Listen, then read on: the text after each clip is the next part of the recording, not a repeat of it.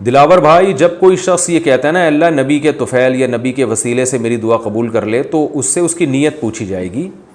वसीले का मतलब अगर ये है कि नबी को दरमियान में वास्ता बना रहा है और नबी अल्लाह से सिफारिश करेंगे और या नबी गोया अल्लाह से ये काम करवा देंगे, तो ये तो गलत है।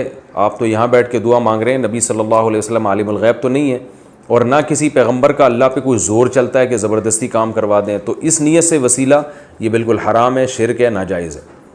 और अगर आपकी नीयत ये है कि नबी के वसीले से, यानी नबी के महब्बत और नबी के ताल्लुक़ के वसीले से, कि हम नबी के उम्मत हैं, उम्मत में हैं, तो अल्लाह तो हम नबी के उम्मती हैं और तू नबी सल्लल्लाहु अलैहि वसल्लम से महब्बत करता है तो आपके उम्मतियों को भी ख़ास रियायत करता है। तो नबी के वसीले का मतलब नबी के उम्मती होने के वसीले से, या नबी से हमें महब्बत है इस वसीले से, तो ये फिर वसीला बिल अमल ही है और वो बिल इत्तिफाक जायज़ है।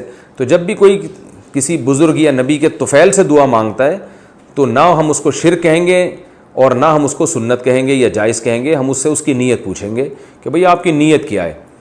तो वो अगर वो सही नीयत बताएगा तो जायज़ है, अगर गलत नीयत बताएगा तो नाजायज़ है। और अगर उसको कोई नीयत ही नहीं पता कि इस कलाम का मतलब क्या है, तो वो बेवकूफ़ है, अहमक है। जिस बात का उसे मतलब ही नहीं पता, वो उन अल्फाज से दुआ क्यों मांग रहे हैं।